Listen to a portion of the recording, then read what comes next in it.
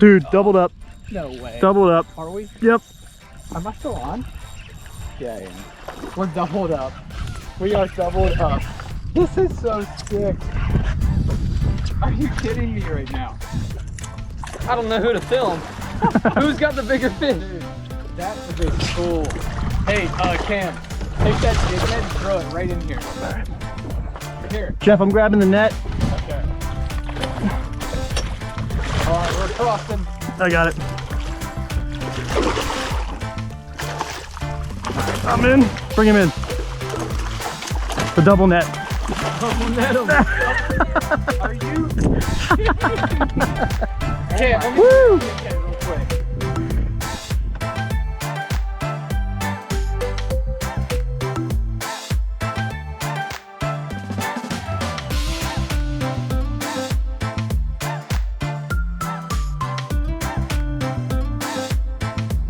Alright you guys, so the first thing I want to show you is the actual popping cork itself. This is a Cajun Thunder popping cork. It's one of my favorite brands to use.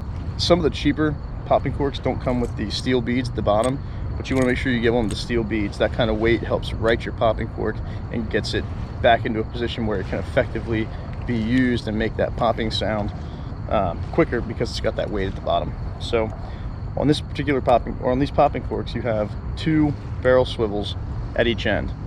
So for your main line, you want to run your braid, if you're using braid, down to this top swivel and secure it off with a Palomar knot. Then at the bottom you have another swivel that you attach to your leader material, whether it's monofilament or fluorocarbon, doesn't matter. I usually use 15-pound fluorocarbon for pretty much all of my inshore applications, unless I'm jigging for flounder. After this 2.5-foot section, which the section of leader is all dependent upon the depth you're fishing.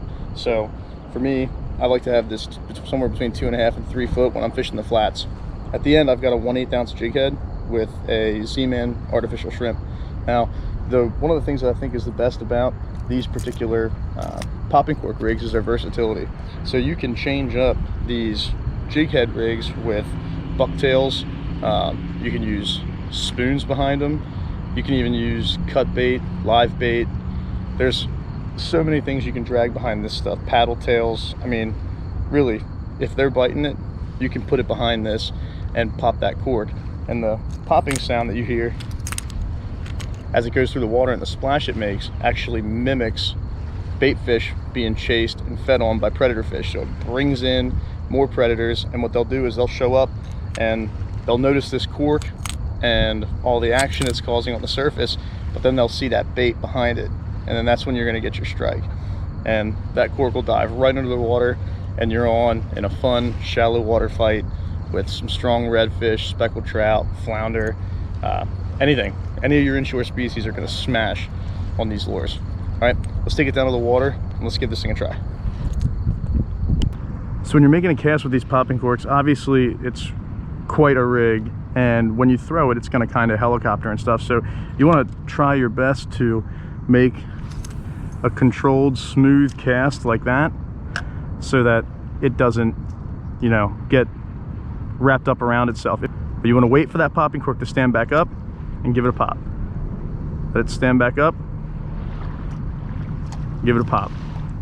Now when you're using these popping corks, you want to have your rod tip pointed directly at your popping cork before you twitch it, because if you have a lot of jerking motion with the rod off to your side, that's when you tend to get that braid to kind of wrap around the rod tip, and then you might hook up with a fish and you're having a hard time reeling and you don't even know what's going on. So you want to keep that rod tip pointed right at it and give it a nice flick of the wrist, and that's all it takes to draw these fish in. All right guys, it's time to put these popping corks to the test. I'll see you on the water.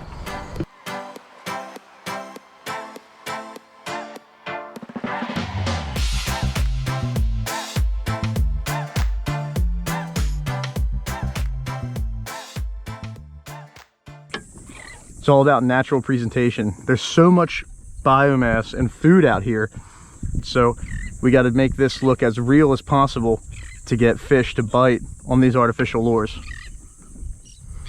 But that's the kind of stuff you want to look for.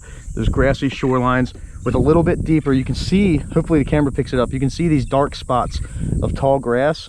which is perfect for these fish, but it's got little spots of just clear bottom and sand like that. So this is what we're looking for, grass highways underneath here that we're fishing amongst, but we want to do, like I said, position ourselves where we can cast up current and bring that bait back to us naturally, like all these bait schools are being washed down with current. We want it to look the same.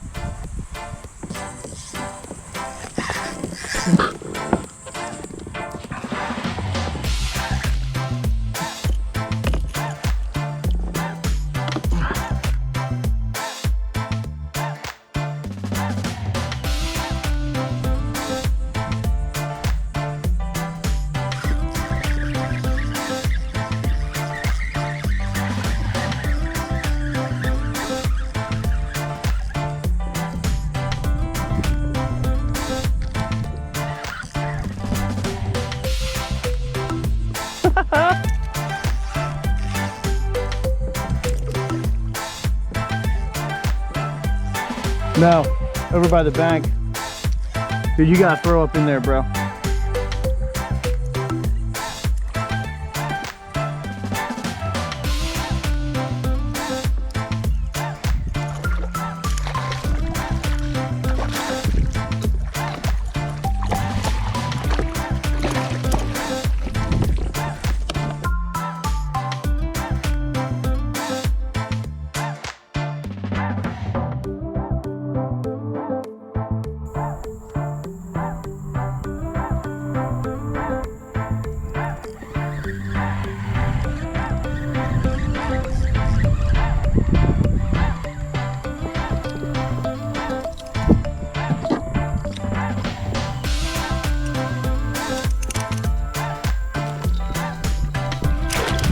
Flounder.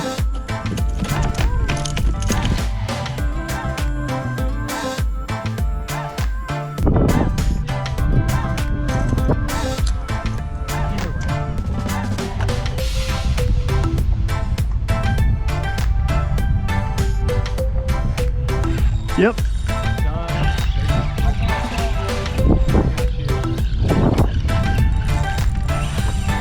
Yee! Yee! Little redfish rodeo. Oh man, dude, look at that rod tip, bro. He is biting down. Yeah, he is. COLTON Watkins, what is happening? Boat up. Coming at me a little bit. They stand down. I got him out. You want to bring him to the right side? Yeah. Whoa, I'm gonna let him decide. There you go. Dude, there's probably a school of them right Yeah. in there. As soon as I said the cam behind that duck blind, he hit it right away. Oh yeah, dude. Nice. Really nice. Nice. Net and filming. Dude, that is Stud, a baby. Stud. You got chilled, buddy.